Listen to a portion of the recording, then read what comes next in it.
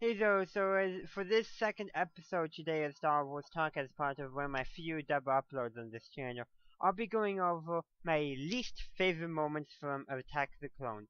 Being my favorite,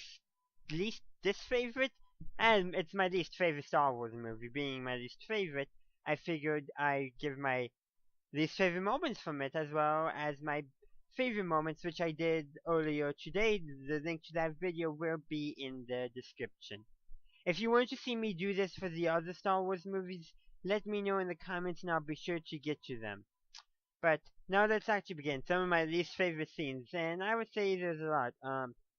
Let's see. I did not like Anakin and Padme's romance. It was too forced and too awkward, and yeah. And if somebody's looked, and if you were getting an impressible kid, and they think that's how romance goes, well, there's gonna be some problems later on. But yeah, it's just terrible, very forced, awkward. So yeah. Especially on Naboo and like the I don't like sand. It's cringy. Okay, the entire romance is just cringy and it takes up so much of the movie. No, in the original trilogy they had the romance between Leia and Han, but it was not cringy. It felt almost natural. Maybe not completely natural, maybe a bit more on the drier side, but it felt more realistic than the Anakin and Padme's movie. And I know what they were going for. I don't know why. This is my speculation, but I speculate they were trying to draw in a larger female demographic. Well, I think the romance route they appeared to take, and I'm still only speculating on this, because they also still had to show the romance between Anakin and Padme to explain Luke and Leia. But they could have done it better, and I think they might have been trying to draw in a new audience, and it failed miserably. I think if they went a better way to draw in a bigger female audience would to have strong female characters like they're doing in the sequel trilogy. It's much easier to draw in females when you show, hey, there's a female doing the exact same thing as that male from the earlier trilogy. And guess what? What? It's fine that she's doing it. Perfect. That's a good way. And you can also put in some romances if you want, but in a science fiction movie, especially a science fiction action adventure movie, the romance should not be the large part like it is for Attack of the Clones. Now, Star Wars as a whole, I just gotta say, does allow for you to have multiple genres. You can have the action adventure, you can have the war film, you can have mystery films, you can even have the romance films. Just Attack of the Clones to do an action adventure romance. And they failed at it. They combined too many genres together to do it, and that's why Anakin Padme's romance is my least favorite. It just failed on so many levels. Now, it is possible that they could have tweaked it a little bit and actually designed a decent enough romance, made it a little more natural, make Anakin. First of all, you got to do so. You would have to change some things in Episode 1, such as make Anakin 10, so there's only a 4-year age difference instead of a 5-year age difference. People often bring up the age difference between Anakin and Padme, and really, it's only 5 years. Because I believe she was 9 in Episode 1 and she was 14 in Episode 1. And of course, and some people say, oh, the parents should have been Padme and Obi-Wan, but Obi-Wan was 18, 4 years older. And now in our life, a 14-year-old dating an 18-year-old would have seen weird glances. Same with a 9-year-old dating a 14-year-old. Does not work too well in overseas 19. Or it doesn't work out too well in our world. And apparently it's okay in Star Wars. It was just cringy overall. It was poorly written, poorly executed. And now, granted, there was also an age difference between Han and Leia, but it was never really addressed as much. And that was before we knew that Leia was also the twin sister, making them the same age. And also, and once really you become you're a full-grown adult in the world, the age and romances kind of disappear. So really, by the time of episode 3, which in my opinion is probably maybe the best prequel movie, the age difference between Anakin and Padme wouldn't matter anymore.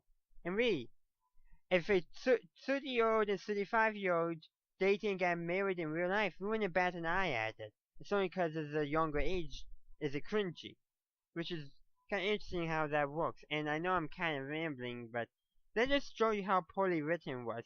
They were too far apart as I was saying.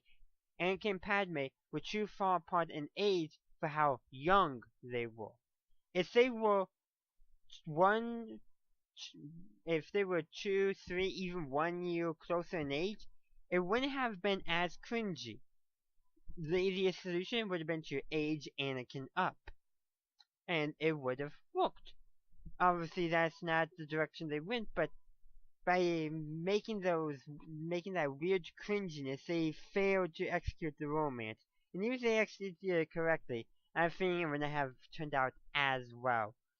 The blend, it was like a Star Wars movie that's also a romance would need to be a romantic movie, not just a action adventure movie and a romance. I don't think in Star Wars those will work too well together. Now, romance can be in there, but it shouldn't be a central theme. It was not a huge central theme in the original trilogy. It was not plot theme. It was not plot theme in development. It was character theming in development. While in the the prequel trilogy, the romance Anakin and Padme was a plot device. It should not have been a plot device. It should have been written as a character device. Being used as a plot device, I think might have been another reason why it failed so much and why it contributes to the romance being my least favorite moment. And I know it's way more than a moment. And this is actually ending up being longer than my favorite moments, but hey, that's what happens, and well, feel like just need to defend it. Now, I just want to state, if you're wondering, that yeah, unlike my least favorite moments, I actually gave this a more fun name in the title, which you are seeing. I haven't even developed it yet as I'm recording it. It's an afterthought title. Isn't that so marvelous that I'm able to break the fourth wall like that and break through the space-time barrier without actually doing it? Quite impressive, and that's more Star Trek. And if you want Star Trek content, I also have that on my channel as well, including versus matchups between Star Wars and Star Trek. So if you have not seen any of them, you can go check out the playlist entitled Versus. Actually, I'll put it in this video as well. So yeah, I would actually recommend not to watch my DS9 versus the Executor or Executor video. I'm actually probably going to make that unlisted. And rewrite it. Actually, I have already rewritten it.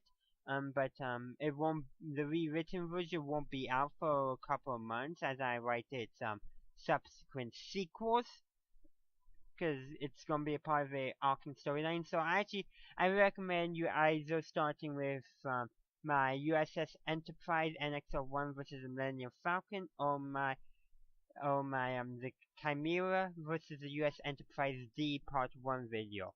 Part 2 should actually be out this Wednesday. So both of them are, in my opinion, better, and the Chimera versus the USS Enterprise D actually might be my best one so far, and I think that one might be of most interest to you, especially if you enjoy Grand Admiral Thrawn, which I would love to see him in the sequel trilogy, and he would fit in so perfectly, potentially as an ally of the Resistance. But that's my personal fan theory that may be coming out in a later video at a later month. Hint, hint. So yes, so thank you for watching this video. If you enjoyed it, please leave a like and comment down below what was your least favorite moment from Attack of the Clones. If you want your favorite moment, please visit my favorite moment from Attack of the Clones video. And as always, have a good day, a good night, wherever you are. May the Force be with you always.